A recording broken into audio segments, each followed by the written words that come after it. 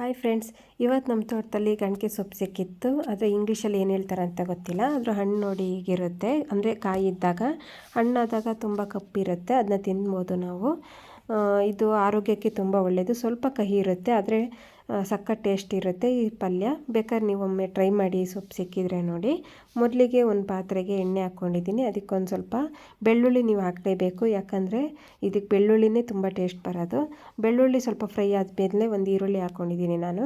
ಈರುಳ್ಳಿ ಒಂದು ಸ್ವಲ್ಪ ಗೋಲ್ಡನ್ ಕಲರ್, ಅಂದರೆ ಒಂದು ಸ್ವಲ್ಪ ಫ್ರೈ ಆದಮೇಲೆ ನೀವಿಲ್ಲಿ ಟೊಮೊಟೊ ಹಾಕ್ಕೊಳ್ಳಿ. ಈರುಳ್ಳಿ ಟೊಮೊಟೊ ಜಾಸ್ತಿ ಹಾಕಿದರೆ ಸ್ವಲ್ಪ ಕಹಿ ಬರಲ್ಲ, ಇಲ್ಲದಿದ್ದರೆ ಒಂದೊಂದು ಸೊಪ್ಪು ತುಂಬ ಕಹಿ ಇರುತ್ತೆ.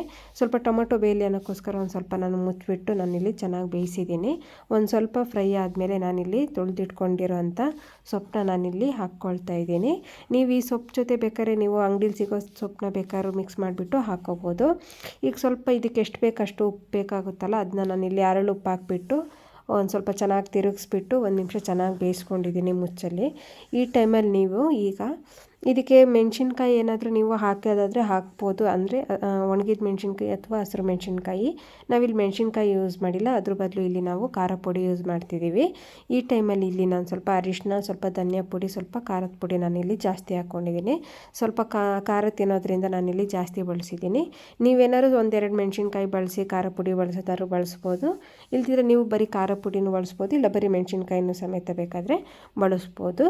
ಮತ್ತು ಈ ಟೈಮಲ್ಲೇ ನೀವು ಬೇಕಾದರೆ ಏನಾದ್ರು ಕಾಯಿ ತುರಿ ನೀವು ಆ್ಯಡ್ ಮಾಡ್ಕೊಳ್ಳೋದಾದರೆ ಬೇಕಾದ್ರೆ ನೀವು ಇದೇ ಟೈಮಲ್ಲಿ ಕಾಯಿ ತುರಿನೂ ಒಟ್ಟಿಗೆ ಮಿಕ್ಸ್ ಮಾಡಿ ಚೆನ್ನಾಗಿ ಆಗುತ್ತೆ. ಇಲ್ಲ ನಿಮಗೆ ಲಾಸ್ಟಲ್ಲಿ ಬೇಕಾದರೂ ನೀವು ಹಾಕ್ಕೋಬೋದು. ಈಗ ಒಂದು ಸ್ವಲ್ಪ ಚೆನ್ನಾಗಿ ಫ್ರೈ ಮಾಡಿ, ಯಾಕಂದರೆ ಅದು ಉಪ್ಪು ಖಾರ ಎಲ್ಲ ಎಳೀಲಿ ಅನ್ನೋಕ್ಕೋಸ್ಕರ ಅರ್ಧ ಬೇಯಿಸ್ಬಿಟ್ಟು ನಾನಿಲ್ಲಿ ಅರಿಶಿನ ಪುಡಿ, ಖಾರ ಪುಡಿ, ಧನಿಯಾ ಪುಡಿ ಎಲ್ಲ ನಾನಿಲ್ಲಿ ಹಾಕ್ಕೊಂಡಿದ್ದೀನಿ. ಈಗ ಒಂದೆರಡು ನಿಮಿಷ ಸಿಮ್ಮಲ್ಲಿ ಇಟ್ಕೊಂಡು ಮುಚ್ಚಿಬಿಟ್ಟು ನಾನಿಲ್ಲಿ ಬೇಯಿಸ್ಕೊಳ್ತಿದ್ದೀನಿ. ಒಂದು ಸ್ವಲ್ಪ ನಾನಿಲ್ಲಿ ನೀರು ಹಾಕ್ಕೊಂಡಿದ್ದೀನಿ, ಯಾಕಂದರೆ ಚೆನ್ನಾಗಿ ಬೇಯಲಿ ಅಂತ. ನೋಡಿ ಫೈನಲಾಗಿ ಮುಚ್ಚಿಬಿಟ್ಟು ತೆಗ್ದಿದ್ದೀನಿ. ನೀರೆಲ್ಲ ಹಿಂಗ್ಬಿಟ್ಟು ಒಂದು ಸ್ವಲ್ಪ ನೀರಿದೆ. ಚೆನ್ನಾಗಿ ಬಂದಿದೆ ಮಾತ್ರ ಟೇಸ್ಟು. ನೋಡಿ ಅಷ್ಟೊಂದು ಸೊಪ್ಪಿತ್ತು ನೋಡೋಕ್ಕೆ, ಈಗ ನೋಡಿದರೆ ಸ್ವಲ್ಪ ಆಗಿದೆ. ಇದನ್ನ ನೀವು ಚಪಾತಿ, ರೊಟ್ಟಿ ಜೊತೆ ಎಲ್ಲ ಚೆನ್ನಾಗಾಗುತ್ತೆ. ರೊಟ್ಟಿ ಜೊತೆ ಮಾತ್ರ ಸಖತ್ ಟೇಸ್ಟಿಯಾಗಿರುತ್ತೆ, ಸೂಪರ್ ಕಾಂಬಿನೇಷನ್ನು.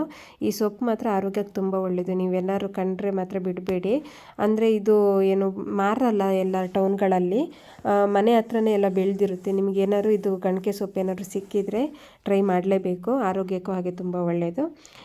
ಈ ವಿಡಿಯೋ ಏನಾದರೂ ನಿಮಗೆ ಇಷ್ಟ ಆಗಿದ್ದರೆ ಪ್ಲೀಸ್ ಲೈಕ್, ಶೇರ್ ಹಾಗೆ ಕಮೆಂಟ್ ಮಾಡಿ ತಿಳಿಸಿ. ಹಾಗೆ ನಮ್ಮ ಚಾನಲ್ಗೆ ಸಪೋರ್ಟ್ ಮಾಡಿ.